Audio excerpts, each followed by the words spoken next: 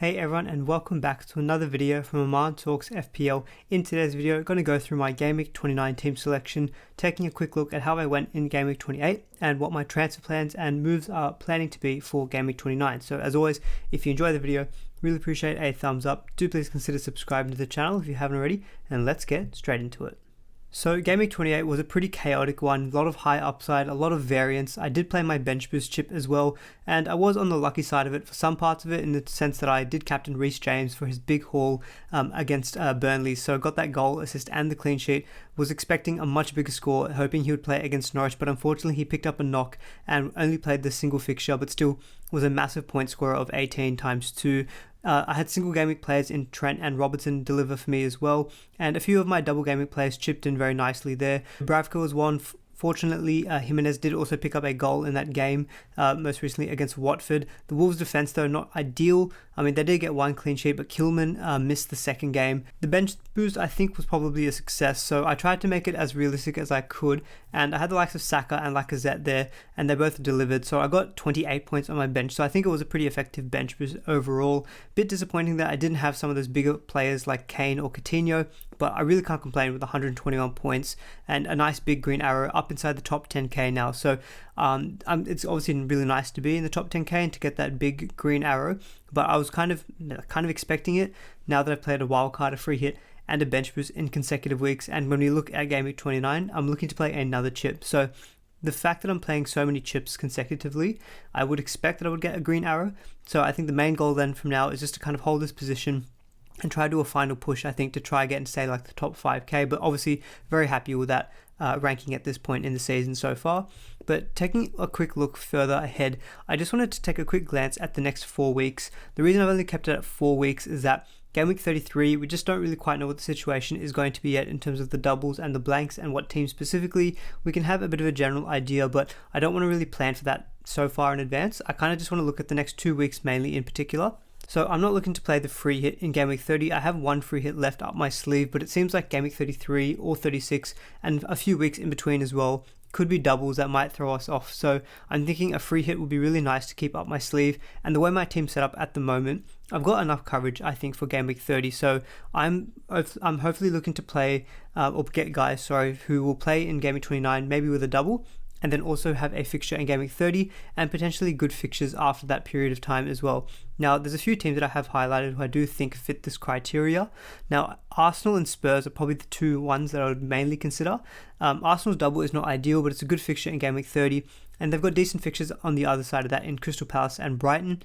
Tottenham, similar. They've got Manchester United and Brighton away. I think that's two teams that Tottenham can do well against in the double game week.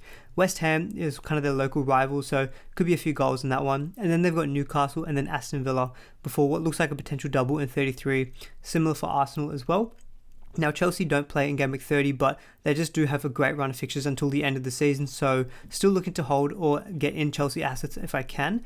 And Leicester and Liverpool obviously have got the nice double this week, but they don't play in Game Week 30, but they've got Watford on the other side of that. And Leicester is a team that I'm thinking a little bit more about in terms of getting assets, potentially also just looking to get in Game Week 30 when they play Brentford. The reason is that Leicester are probably most likely to have a double in 33, 36 and 37. So I am keen to jump on their assets if I can. But I think in the immediate short term for Game Week 29 and Game Week 30, it's really the Arsenal and the Tottenham players that I'm mainly considering. As you saw my team previously, I've already got Ramsdale, Saka and Lacazette. So I'm already trebled up on Arsenal, which is good. But I've only got Son at the moment from Spurs. And I do think I want to add at least another, maybe even two, because they look like they're in good form. Harry Kane's on fire. Obviously some exciting additions like Kulusevski and Matt Doherty's back in the picture as well. So they're definitely going to form part of my transfer plan. So let's get onto that just now. So here's my team as it currently stands for Game Week 29. Got quite a few double game week players in there already with my treble Liverpool, my treble Arsenal, and I've also got a couple of others in Son as well. Well, just the one other in Son there. So that's already 7 double game week players that I've got for 29.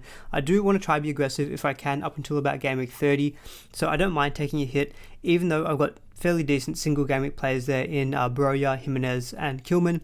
I'm just a bit iffy with, say, my Wolves players. They're not looking the best offensively. Jimenez has been benched a couple of times and Kilman was also benched after putting in a poor performance in the previous game. I can't even remember who it is. I'm trying to block the memory out of my head. So I can't really trust them. In my opinion, I can't really trust them. And so Spurs are a team I want to get on if I can. And Doherty has just put in amazing performances recently. I had a quick look at FBref at his stats.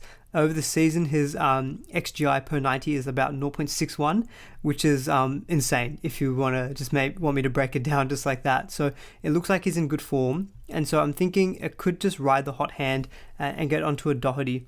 Now, the main issue for me in my team is obviously the likes of, say, a Kilman, but also a Reece James. So Reece James obviously picked up that knock against Burnley.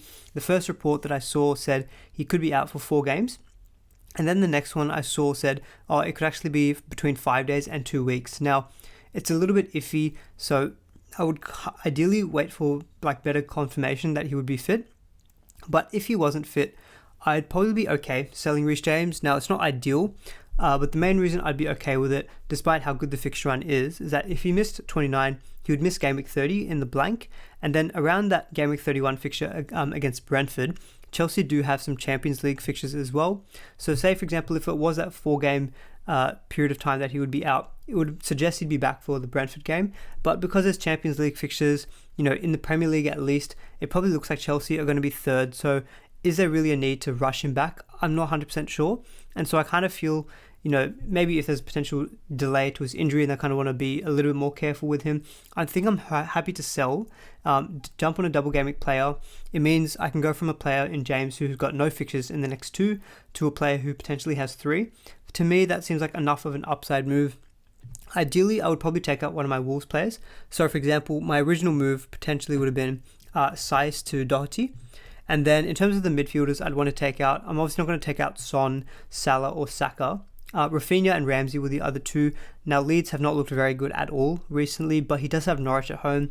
It doesn't sit right with me to take him out before that kind of fixture. So I would ideally keep Rafinha, but I don't think I'll be holding him long term. Now, Ramsey, he's been a good enabler so far, but he has been playing a lot deeper recently. So I don't necessarily think I'm going to get that many points out of him. So I don't mind actually losing Ramsey. And so it would have been for Kulusevski, just because he's looking nailed on. I've spoken to a lot of Spurs fans and they also think he is nailed on. The only issue with those 2 moves, I'm 0.1 off, as you can see down there. So it's just frustrating being, that far out in terms of the budget. So what I would do instead in that situation is I'll go back to, say, Ramsey. Actually, sorry, I'll keep the move there because I probably would take out Ramsey as I suggested. But instead of doing Saiss to Doherty, I'd probably just do it via Reece James instead. So I'd probably take out Reece James for Doherty. That gives me triple Spurs of Doherty, Kulusevski and Son. I did speak to a few Spurs fans as well about, do you think it'd be wise to, instead of going with a Doherty, go for a Dyer or go for a Ben Davies instead? But they quite rightly pointed out to me that the 2 fixtures, Manchester United away, Brighton away, Manchester United probably a good chance of scoring. Brighton maybe not so much, but I think they're 2 teams that Spurs can get attacking returns from. And so I think it is probably making more sense just to pay that little bit extra and go for a Doherty who looks like he's in good form. He's got the confidence back. He's been very attacking previously when he played for Wolves. And so I'm thinking I might just want to stick with Doherty if I can. He seems like he's the very popular move. And so part of the rationale also, you don't want to be left behind necessarily, but I can understand why the move's there. I don't think it's necessarily a bad decision. So while yes, I'm doing it maybe not necessarily FOMO, but maybe jumping on the Doherty bandwagon, I do think there's a decent enough reason to do it. And so taking out James for Doherty, bringing in Kulusevski for Ramsey feels like 2 pretty comfortable moves for myself. And so what I'd do then, I'd probably just bench Broja, or actually I would bench Saiss for either Broja or Jimenez. Maybe Broja just because it's Watford at home. Everton away is still not a bad fixture, but they are a little bit better at home. And the final decision is probably around the goalkeeper. But I just trust Arsenal's defence a little bit more than Newcastle. Their fixtures at home compared to Newcastle's away. And Leicester and Liverpool are teams that will have plenty of shots. So the potential for saves there, I think, is for Ramsdale. And I think I will triple captain Salah just because potentially down the line there could be doubles in, say, 33, 36. But I might want to free hit in those 2 weeks. Now, knowing that I can't play the 2 chips in the 1 week, to me, it just makes more sense. I know for sure that Salah is probably going to be playing both of these games. I don't think there's going to be that much of an issue of rotation. The fact that the title race is back on, I think Klopp will want to play the likes of Salah almost every game, which he normally does anyway. I think Brighton are in a good position to target. They just don't seem themselves defensively. Now, Arsenal away is not the easiest, but we have a habit of capitulating a little bit sometimes against Liverpool. I think Salah, if he can get at least a goal and an assist in this double game week, I'll be happy with that. So I'm going to stick the triple captain armband on him. I don't think I'm going to overthink it, and that's going to leave me with one free hit for the remainder of the season. And so I think those are most likely going to be my moves. Ideally, if I could get to Kane, I would, but it would involve selling Son. I know there's a bit of a debate around, do you sell Son to fund Kane? Look, I think Kane is the better option, don't get me wrong, but Son is still getting the chances, he's still getting the points and the returns. It'd be different if he was blanking and looked out of sorts and Kane was absolutely firing. Kane's firing, but Son is still looking good as well. So I think I'm happy enough to stick with Son for now. He probably will be my captain in Game Week 30 unless I bring in a Leicester player. So just speaking about that as well. So those would be my two likely moves for a -4 in Game Week 29. Just quickly moving ahead to Game Week 30. So as you can see, I've got quite a contingent of players available. So again, that's why I don't mind taking out the likes of a Ramsey, even though he does play in 30. It's a fixture against Arsenal, so I'm not too confident of how well he's going to go in that case anyway. It feels better just to go with the better team in Spurs and go with the kind of the double game week in 29 as well. And I'd probably play Kilman there. So as you can see, I've already got 10 players. Now, it's a bit awkward. A few of them do play each other. But what I would probably do in this game week, just to try to capitalize on it a little bit more, I'd probably take out Salah, given that he's my most expensive player. And I'd probably just take him out for a Leicester asset. Now, Maddison is the one I've been thinking about more often recently, but he was currently injured. So I think Harvey Barnes could be an option. Seems like he's a little bit more back in form. Now, that does leave me 7.6 mil in the bank. So if I really wanted, say for example, Jimenez still looking out of sorts, or Broja, I can take out for Kane. Now that's for a -4, but again, I don't mind that in a blank where Salah's not going to play at all. And especially if I really do want to captain Kane, then I could do that, and I would actually have to bench someone. So, I'd actually have 12 players there. So I'd probably bench maybe someone like a Jimenez, for example, or I could just take out Jimenez for Broja. I could very easily do that as well. I could very easily give the captaincy to Kane, and that would be for -4. And then in Game Week 31, now the problem is, as you can see there, that Liverpool do play Watford at home. But the thing is, just something I wanted to point out. So with these fixtures for Liverpool in Game Week 31, they do have Watford, but this is on the other side of the international break. Now, I think Salah plays only a couple of days prior to that, before that fixture against Watford. So maybe there's a question mark about whether he actually will play that. And then he's got Man City, and it's away as well, which is a tough fixture. So I'm just kind of thinking I can do that Salah move in 30 and then see how it is in terms of the news, see what we get in terms of double game weeks. If it seems like Salah's actually not going to play, then what I could do is I could just keep the team as is, maybe make some moves to instead go for some Game Week 31 players who maybe have a double, and then I can maybe just wait on Salah until Game Week 33 because he does have Man City in 32, and that means I can get Kane and Son against Newcastle. Oh, sorry, I just realized I did all that talking.